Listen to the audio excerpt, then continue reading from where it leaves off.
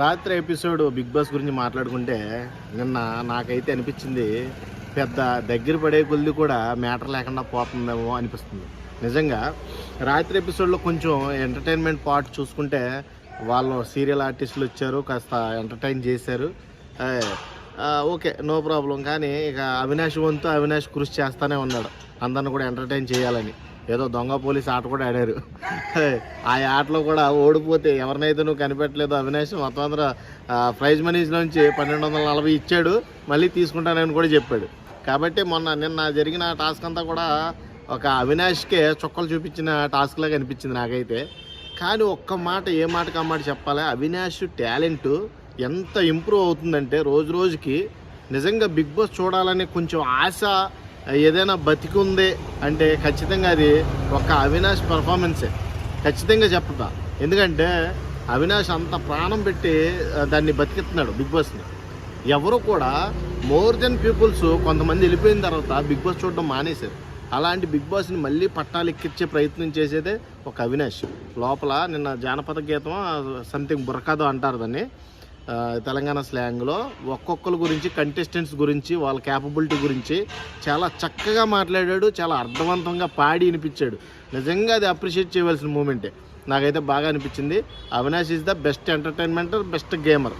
నిజంగా అవినాష్కి ఏమన్నా డిఫాల్ట్స్ ఉన్నాయా, మీరు లేదో చూసి కామెంట్ చేయండి. నాకైతే ఎక్కడ కూడా డిఫాల్ట్ అనేది కనబడలా, మొత్తం కూడా ఎంటర్టైన్మెంట్ పార్టీ కనబడింది. అంత మంచిగా ఉంది. నిన్న చూసుకున్నట్టయితే మొత్తం ఇక దగ్గర పడింది. ఎవరు గెలుస్తారు, ఎవరు ఓడతారనే నా టాపిక్లోకి వస్తే ఎక్కువ శాతం ఇప్పుడు నబీల్కి, నిఖిల్కే నిఖిల్ అండ్ గౌతమ్కి ఎక్కువ కూడా పోటీ అనేది ఎక్కువ బజ్ అనేది క్రియేట్ అవుతుంది బిగ్ బాస్ హౌస్లో. వీళ్ళిద్దరిలోనే పోటీ.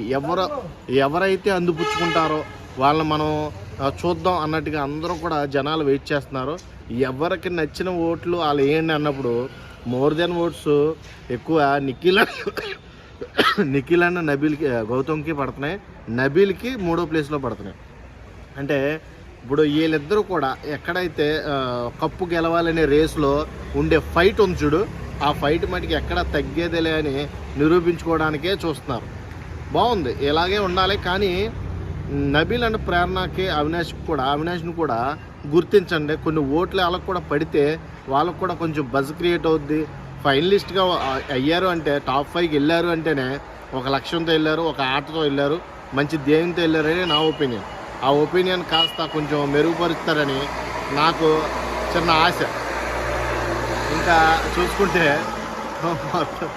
మొత్తానికి నిన్న బిగ్ బాస్ 8లో ఈ 5 కంటెస్టెంట్స్ ఎవరైతే ఉన్నారో వీళ్ళందరికి కూడా ఒక్కొక్కరికి ఒక్కొక్క క్యాపబిలిటీ ఉంది. ఆ క్యాపబిలిటీని చూసి మాట, మంచి వినయం అన్నీ కలిసిన నబీల్ని అర్థం చేసుకుని ఓట్లేయండి.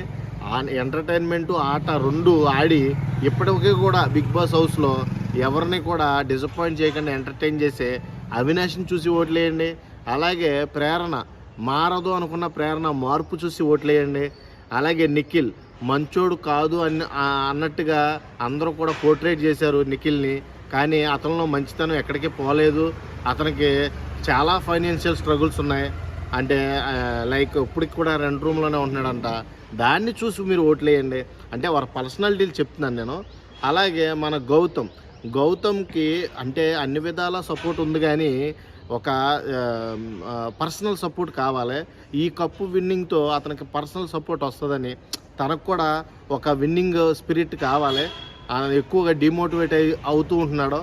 ఇలాంటి కప్పు ఇచ్చి ఆయన్ని మోటివేషన్ చేస్తారని ఆ రకంగా ఓట్లేయండి. ఈ రకంగా ఈ 5గురిని కూడా ఒక కేటగిరీ వైజ్గా తీసుకుంటే మోర్ దెన్ పీపుల్స్ ఓట్లు ఎక్కువ పడేది గౌతమ్ అండ్ నిఖిల్. ఇది ఫిక్స్.